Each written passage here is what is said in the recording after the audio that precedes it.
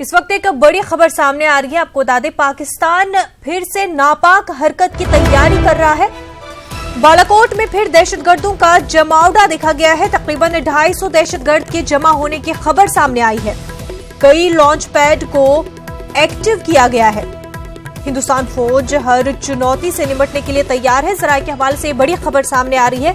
पाकिस्तान एक बार फिर नापाक हरकत करने की तैयारी में है। बालाकोट में फिर दहशतगर्दों का जमावड़ा देखने को मिल रहा है। तकरीबन 250 दहशतगर्द के जमा होने की खबर सामने आ रही है। आपको बता दें, जरा के हवाले से खबर है, कई लॉन्च पैड को एक्टिव किया गया है।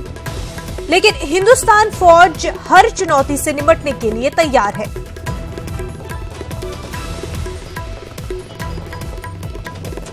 आपको बता दें कि इससे पहले भी कई बार पाकिस्तान जो है नापाक हरकतें करने की तैयारी में रहा है और एक बार फिर जरा के हवाले से खबर आ रही है कि पाकिस्तान जो है बालाकोट में दहशतगर्दों का जमावड़ा देखने को मिला है। तकरीबन 250 दहशतगर्द के जमा होने की खबर सामने आ रही है। साथ ही कहा जा रहा है कि कई लॉन्च पैड को एक्टिव भी किया गया है। लेकिन हिंदुस्तान फौज जो है वो हर चुनौती से निपटने के लिए हर लिहाज से तैयार है।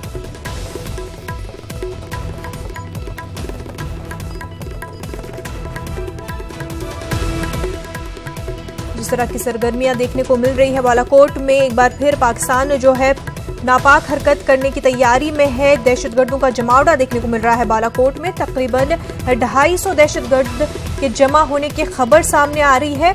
साथ ही कई लॉन्च पैड को एक्टिव किया गया है। इन सारी चुनौतियों से हिंदुस्तान फौज निपटने के लिए हर लिहाज से तैयार है।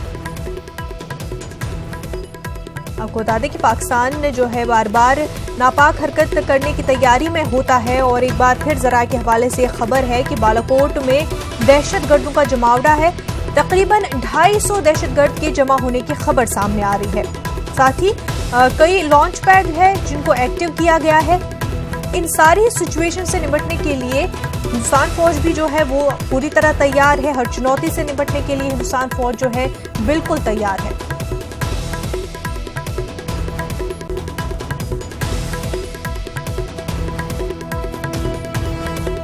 काफी कुछ सरगर्मियां बालाकोट में देखने को मिल रही है। दहशतगर्दों का जमावड़ा देखने को मिल रहा है।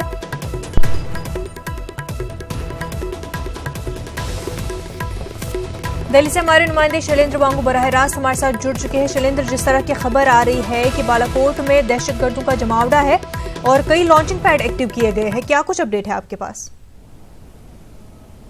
देखिए, हमारे पास जो इंटेलिजेंस इनपुट के रिपोर्ट्स जो सामने आ रहे हैं उसके मुताबिक एक बार फिर बालाकोट में बड़ा जमावड़ा देखा गया है आतंकियों का, जिनकी तादाद करीब 225 से 250 के बीच बताई जा रही है। आपको याद दिला दें कि ये बालाकोट वही बालाकोट है जहां पर 26 फरवरी को भारत ने एयर स्ट्राइक किया था और जैश के जो ट्रेनिंग कैंप्स हैं उनको निशाना बनाया था। लेकिन एक बार फिर पाकिस्तान अपनी नापाक हरकतों पे उतर आया है और जिस तरह से 5 अगस्त के बाद एक जो बड़ा फैसला लिया था मोदी गवर्नमेंट ने कश्मीर को लेके, जो आर्टिकल 370 को खत्म किया गया था, उसके बाद लगातार पाकिस्तान आतंकवाद के सहारे कश्मीर मुद्दे को जिंदा रखना चाहता है, वहाँ पे वायलेंस करना चाहता है। तो ऐसे में खबर आ रही है कि बड़ी तादाद में वहाँ पर फिर से एक बार आतंकी इकट्ठा हुए हैं और वहाँ के आसपास जो लॉन्च पैड्स हैं उनको भी फिर से एक बार एक्टिवेट कर दिया गया, फिर से एक्टिव कर दिया है, जिसमें आपको बता दें बालाकोट, डूंडियाल, शारदा, खालिद बिन सलाम,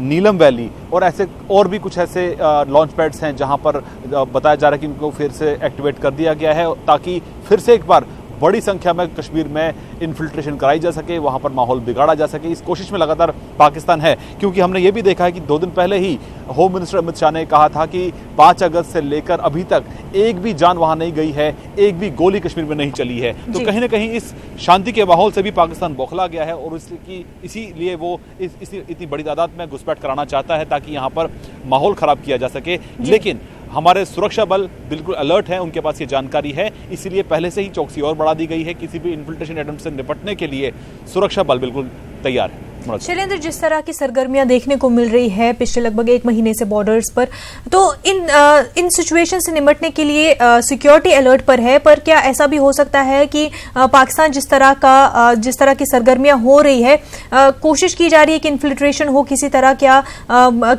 जो कश्मीर में हालात है वो मजीद खराब हो सकते हैं, या उनसे निपटने के लिए क्या कुछ मजीद इकदाम किए जा रहे हैं? देखिए मुनज़्ज़ा, सबसे ज़रूरी बात जो समझने के लिए काफ़ी ज़रूरी है कि 27 सितंबर को प्रधानमंत्री मोदी यूएन जनरल असेंबली को एड्रेस करेंगे। उसी दिन पाकिस्तान के प्रधानमंत्री इमरान खान भी यूएन की जनरल असेंबली को एड्रेस करेंगे। तो जाहिर तौर पर 27 सितंबर एक महत्वपूर्ण, एक इम्पॉर्टेंट डेट है जहां पर दोनों कंट्रीज जो हैं कश्मीर को लेके बयान दे सकते हैं। इमरान खान तो जाहिर तौर पर देंगे ही, इस मुद्दे को उठाएंगे, कश्मीर के मुद्दे को यूएन के प्लेटफॉर्म पे उठाएंगे ही।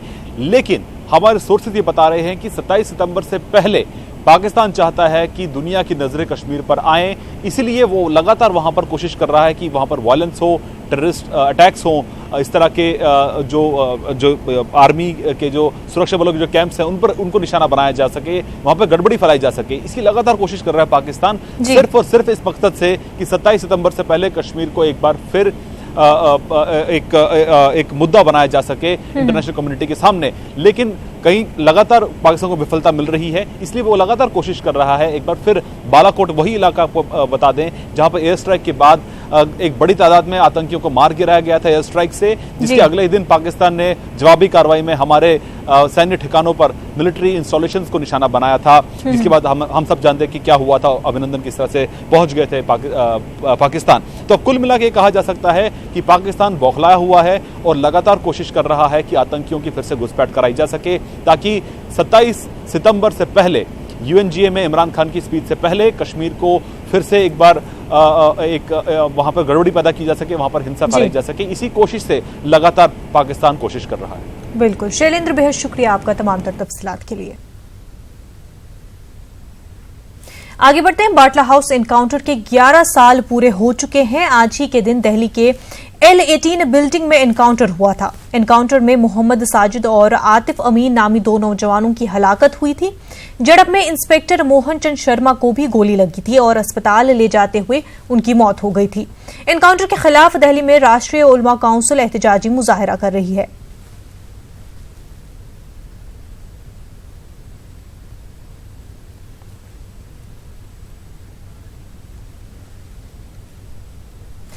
एनआरसी मामले में अमित शाह के बयान पर सीपीआई लीडर मोहम्मद सलीम ने तनकीद की है। मोहम्मद सलीम का कहना है कि गैर कानूनी तरीके से आसाम में दरअंदाजी करने वालों की जो फहरिस्त जारी की गई थी उसमें कमी आई थी, जबकि मरकजी वजीर दाखिला ने जो एदाद-ओ-शुमार पेश किए थे वो गलत साबित हुए। इसलिए अब मरकजी वजीर दाखिला अमित शाह को मुल्क की आवाम से माफी मांगनी चाहिए। मुल्क में एनआरसी का मौजू जेर बहस है। आसाम के बाद मुल्क के मुख्तलिफ रियासतों में बीजेपी लीडरान एनआरसी लागू करने के लिए मरकजी वजीर दाखिला अमित शाह से गुजारिश कर रहे हैं, लेकिन हकीकत यह है कि एनआरसी की आड़ में कुछ और ही खेल खेला जा रहा है। गृह मंत्री रोजाना बोल रहे हैं कुछ ना कुछ, लेकिन वो गृह संभालने के बजाय आग लगा रहे हैं। कश्मीर के मामले को निपटे, आसाम के मामले को निपटे। यही बीजेपी पिछले 4 दशकों से झूठ बोलते बोलते और आरएसएस, विदेशी घुसपैठी, बांग्लादेशी, इलीगल माइग्रेंट, आज आसाम का क्या हालत है। यही आरएसएस कह रहा था 4 करोड़ बाहर से आए हुए हैं। अभी आसाम में 40 लाख का जब एनआरसी के बाहर नाम आया ड्राफ्ट लिस्ट में, तो अमित शाह बीजेपी के प्रेसिडेंट की हैसियत से पूरे देश में क्या बोले कि ये दीमक है, ये 40 लाख को विदेश भेजना पड़ेगा बाहर। लेकिन अभी 19 लाख हो गया, तो 21 लाख से माफी मांगे हैं। माफी मांगना चाहिए पहले। जो भारतीय है जिनका नाम एनआरसी के लिस्ट में आ गया, उनको आप क्यों बोले। बाकी जो 19 लाख है उनके अंदर भी लाखों लोग को डॉक्यूमेंट्स नहीं है बोल करके, सही डॉक्यूमेंट्स अगर करेंगे, सही अगर क्वासी जुडिशरी प्रोसेस होगा, तो फिर उसके अंदर से भी जो इस देश के हैं वो रहेंगे। ये दरअसल क्या है, कैरेट एंड स्टिक पॉलिसी लगा रहे हैं। किसी को गाजर दिखा रहे हैं, मूली दिखा रहे हैं, और किसी को वो डंडा दिखा रहे हैं। ये गृह मंत्री का काम ये नहीं है। संविधान के अनुसार ये काम होना चाहिए। और अगर विदेशी घुसपैठ हो रहा है तो ये कहे कि बीएसएफ को कितना चुस्त किया है स्मगलिंग रोकने के लिए और जो सीमा पर तैनात रखने के लिए, ताकि घुसपैठी नहीं हो। कोई नहीं चाहता कि विदेश के लोग हमारे देश के अंदर आए। कौन लोग आ रहे हैं हमारे देश के, पूरे विश्व में हमारे देश के लोग सबसे ज्यादा विदेश में हैं। महाराष्ट्र में बीजेपी शिवसेना चुनाव इत्तेहाद पर बेयकीनी के बादल मंडरा रहे हैं। पार्टी लीडर संजय रावत ने वाजे कर दिया है कि बराबर की सीटें अगर शिवसेना को नहीं मिली तो बीजेपी के साथ इत्तेहाद नहीं होगा। राउते ने जो बात कही है, देखिए दिवाकर राउते ने जो कहा है, दिवाकर राउते महाराष्ट्र के कैबिनेट में एक वरिष्ठ मंत्री है, हमारे वरिष्ठ सहयोगी भी है। दिवाकर राउते ने जो बात कही है, मैं मानता हूँ उसमें गलत क्या है। मैं युति टूटने की बात नहीं कर रहा हूँ। अगर अमित शाह जी के सामने, मुख्यमंत्री जी के सामने 50-50 का फॉर्मूला तय हुआ है तो दिवाकर राउते जी का बयान मुझे लगता है कुछ भी कोई गलत नहीं है। अगर से 50-50 बीजेपी नहीं मानती है, अरे नहीं, वो नहीं मानने की बात आगे है। मैं फॉर्मूले की बात कर रहा हूँ जो अमित शाह जी के सामने हुआ था। अगर फॉर्मूले पे बात नहीं बनी तो मैं कहाँ बोलता हूँ नहीं बनेगी करके। हमने कहा या बीजेपी ने कहा नहीं बनेगी। लेकिन सर बात तो ये आ रही है कि वो नहीं दे रहे उतनी सीट, इसीलिए अमित शाह साहब ने ऐसा कुछ अनाउंसमेंट किया है क्या मुख्यमंत्री ने किया है? अखबार और मीडिया में जो बातें आती है उसके ऊपर हम विश्वास नहीं रखते। आज युति के बारे में आपको अभी उम्मीद है कि युति होगी? देखिए दोनों को उम्मीद है। चुनाव साथ में ही लड़ेंगे, चुनाव साथ लड़ेंगे, क्यों नहीं लड़ेंगे। और अब बात तबरेज अंसारी मामले की।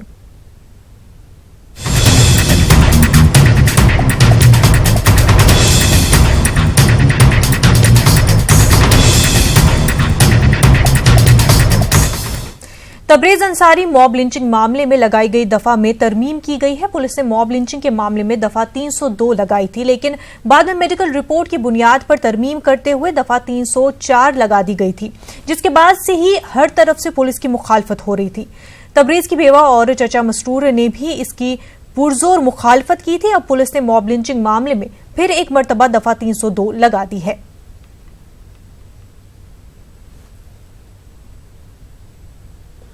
लेकिन सही में तो अगर डॉक्टर का जो पोस्टमार्टम रिपोर्ट था, पहला बात जो एक ही बात होता, पोस्टमार्टम जो रिपोर्ट था उसमें सर में सीधे फ्रैक्चर दिखा रहा है और उसमें चोट भी दिखा रहा है सर में। और लेकिन वो लोग जो ओपिनियन का कॉलम जो रहता है कॉज ऑफ डेथ, उसमें उन्होंने रिजर्व रख दिया till the report of Vesara. उसी टाइम में डॉक्टर को रिपोर्ट दे देना चाहिए था the cause of death due to head injury. Doctor की लापरवाही के चलते वहीं से ये लोग का गलत खेल शुरू हो गया। अब चाहे किस नियत से वो लोग इसका किए पता नहीं। उसके बाद से तो वेसरा रिपोर्ट भेजा गया, तो वेसरा रिपोर्ट में टेस्ट सुनने वाले कि हार्ट अटैक से मरा है। हार्ट अटैक तो जनरल होते ही है, हार्ट बंद हो गया मैंने हार्ट अटैक हो गया। इसमें तो आपका हेड इंजुरी है, ब्लड क्लॉटिंग पूरा आ गया है, उसी के चलते डेथ हुआ। मार जो सर पे लगी है उस वही कॉज ऑफ डेथ उसका है। पहले तो दफा 304 लगाया गया मुजरिमों के ऊपर, जिसकी वजह से हम लोगों को बहुत टेंशन हुआ और बहुत सदमा लगा, बहुत अफसोस हुआ कि इस तरह मतलब दफा 304 लगा दिया गया है और मुजरिमों को मतलब सही सज़ा नहीं मिल पाएगी। इसके कारण हम लोग बहुत मेहनत किए, बहुत कोशिश किए और प्रशासन से लेकर मीडिया वालों तक और इंसाफ की लड़ाई लड़ने वालों तक की मदद लेने की ज़रूरत पड़ी। खास करके मीडिया वाले जो हम लोगों का सहयोग किए, साथ दिए, उनका हम बहुत बहुत शुक्र करके फिर से मुजरिमों को दफ़ा 302 लगवाई। और उम्मीद करते हैं प्रशासन से और एसपी कार्तिकेय से और झारखंड पुलिस से, हमको रघुवर दास जी से पूरी उम्मीद है कि जो भी मुजरिम है उसको फांसी के तख्ता तक पहुंचाने में हमारी मदद करेंगे। आप ही लोग के थ्रू से आज हमको पता चला है कि दफ़ा 302 फिर से लग चुका है। ये जान के बहुत खुशी हुई। हमको अल्लाह के ऊपर भरोसा था कि ज़रूर फिर से 302 लगेगा और हो गया। और अल्लाह के ऊपर भरोसा है हमको। उन मुजरिमों को, उन कातिलों को, उन जालिमों को फांसी की तख्ता तक पहुंचाया जाए और उन लोगों को फांसी की सज़ा हो, तभी मेरे चेहरे पर मुस्कुराहट आई। अयोध्या में राम मंदिर की तामीर को लेकर यूपी के वजीर आला योगी आदित्यनाथ ने सुप्रीम कोर्ट पर भरोसा जताया है। सीएम ने कहा कि दिहाइयों पुराने तनाजे का जल्द ही खात्मा होगा। न्यूज 18 नेटवर्क के editor in chief Rahul Joshi के साथ सीएम योगी ने एक्सक्लूसिव बातचीत में इस ख्याल का इजहार किया। एक सवाल राम मंदिर पे, भारतीय जनता पार्टी हरदम कहती है मंदिर हम वहीं बनाएंगे, पर कोई तारीख नहीं दे पाती है। अभी ये मामला कोर्ट पर है। मान लीजिए कोर्ट का फैसला किसी वजह से आपके अगेंस्ट चला जाता है, तो आप क्या करेंगे राम मंदिर बनवाने के लिए? देखिए, फैसला तथ्य और प्रमाण के आधार पर होता है। हम सब आशावादी हैं और इस बात पर हमारा विश्वास है कि न्यायालय जो फैसला करेगा, हम न्यायालय के फैसले को लागू करेंगे। हमने पहले भी न्यायालय के सभी फैसलों का सम्मान करके प्रभावी ढंग से इसको लागू किया, परिणाम देखे बगैर। अच्छा होता कि सर्वोच्च न्यायालय ने मध्यस्थता के बारे में जो एक समय दिया था, मुस्लिम पक्ष इस मामले में एक पहल करके सदियों से चले आ रहे एक मामले का पटाक्षेप करता और सौहार्द की एक नई मिसाल प्रस्तुत करता। दुर्भाग्य है ये नहीं हो पाया, होता भी नहीं, क्योंकि जब समस्या के समाधान के लिए लोगों के मन में एक सकारात्मक सोच हो तो कर पाएंगे, लेकिन जब एक महज जिद ही हो किसी मामले को लेकर के, तो जिद से समस्या का समाधान नहीं होगा। न्यायालय ही उसका समाधान निकाल सकता है और डे टू डे की सुनवाई ने एक विश्वास जगाया है। तो आपको उम्मीद है कि जल्दी इस पर फैसला? हम मानते हैं कि अब इसको संजान तक पहुंचाना चाहिए, जहां पे हमेशा के लिए इशू समाप्त हो।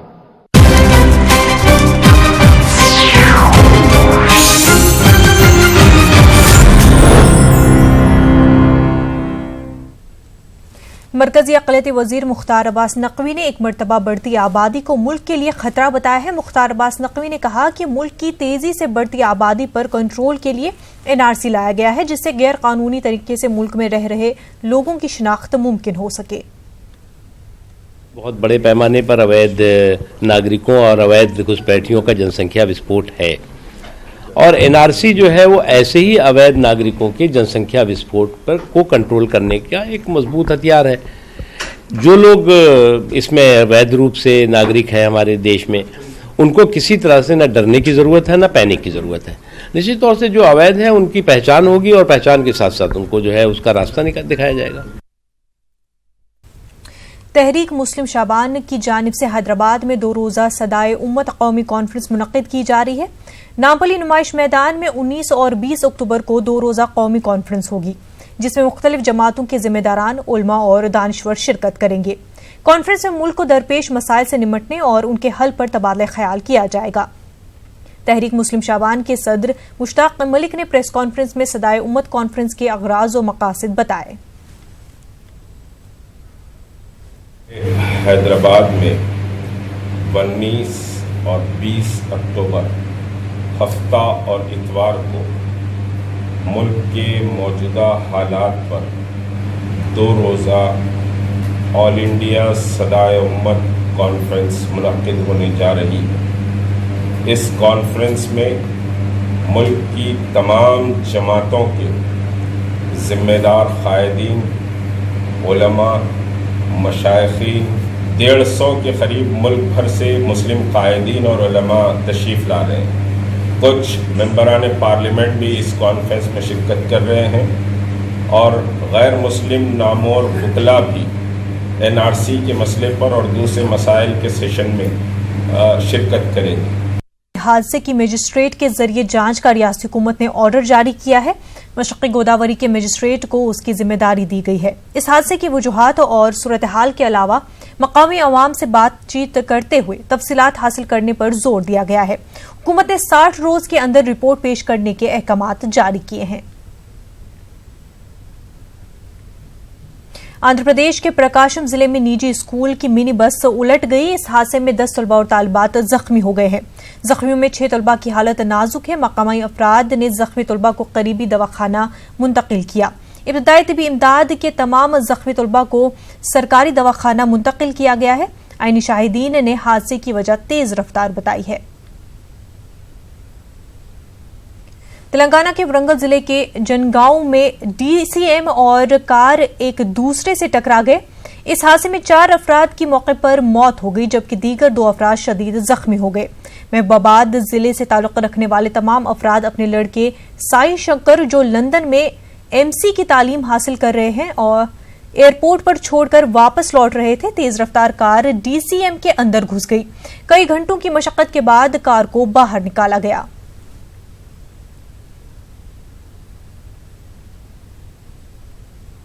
उत्तर प्रदेश में बच्चा चोरी के वाकयात में इजाफा देखा जा रहा है। ताजा मामला पीलीभीत का है, जहां भीड़ ने बच्चा चोरी के इल्जाम में नौजवान की पिटाई कर दी। बताया जा रहा है कि एक नौजवान को बच्चा चोरी करते हुए लोगों ने पकड़ लिया और उसकी जमकर पिटाई कर दी। उत्तर प्रदेश के बरेली शहर में भी हुजूम ने पिटाई की तस्वीरें सामने आई हैं। बरेली में दबंगों ने मंदिर के पुजारी और उसके अहले खाना को जमकर पीटा। तस्वीर में आप देख सकते हैं पुजारी को किस तरह से बेरहमी से पीटा जा रहा है।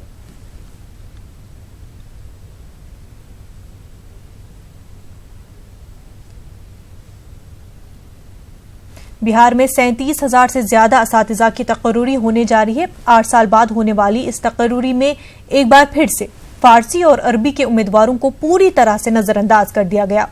यानी तकर्रूरी के नोटिफिकेशन में फारसी और अरबी के उम्मीदवारों के लिए एक भी असामी नहीं है। वहीं हाई स्कूलों में उर्दू के एक भी पोस्ट का ऐलान नहीं किया गया है। आइंदा साल बिहार में असेंबली का इंतखाब है। ओपोजिशन पार्टी ने इस मामले पर हुकूमत को सख्त तनकीद का निशाना बनाया है।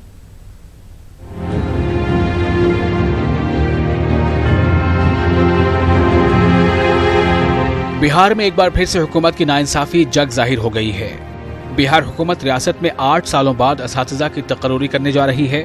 मिडिल स्कूलों के लिए कुल 25,270 पोस्ट और हाई स्कूल में 12,065 असातिज़ा की तकर्रूरी का ऐलान किया गया है। 8 सालों बाद होने वाली इस तकर्रूरी में एक बार फिर फारसी और अरबी के उम्मीदवारों को पूरी तरह से नजरअंदाज कर दिया गया है। 9वीं और 10वीं के लिए रियाजी में 5,054 टीचरों की तकर्रूरी, अंग्रेजी के लिए 5,054 ओहदों पर टीचरों की तकर्रूरी होगी, 5,054 असामियों पर साइंस के टीचरों की तकर्रूरी होगी, सोशल साइंस में भी 5,054 टीचरों की तकर्रूरी होगी, हिंदी में 3,000 और संस्कृत में 1,054 टीचरों की तकर्रूरी होगी और उर्दू में 1,000 टीचरों की तकर्रूरी होगी। फारसी और अरबी के साथ सौतेला सलूक क्यों, जबकि 11वीं और 12वीं जमातों के लिए तकर्रूरियां कुछ इस तरह हैं। रियाजी में 2,104 टीचरों की बहाली होगी, फिजिक्स में 2,384 असामियों पर तकर्रूरी होगी, केमिस्ट्री में 2,221 टीचरों की तकर्रूरी होगी, हयातियात के लिए 723 टीचरों की तकर्रूरी होगी और कंप्यूटर साइंस के लिए 1,673 टीचरों की तकर्रूरी होगी। सभी स्कूलों में फारसी और अरबी के टीचरों के लिए मंजूरशुदा असामियां होने के बाद भी असातिज़ा की तकर्रूरी में उन्हें पूरी तरह से नजरअंदाज कर दिया गया है। अपोजिशन ने इस मामले को लेकर हुकूमत पर हमला बोला है। 2011 में भी निकाला गया। बुलेटिन में फिलहाल इतना ही। आदाब।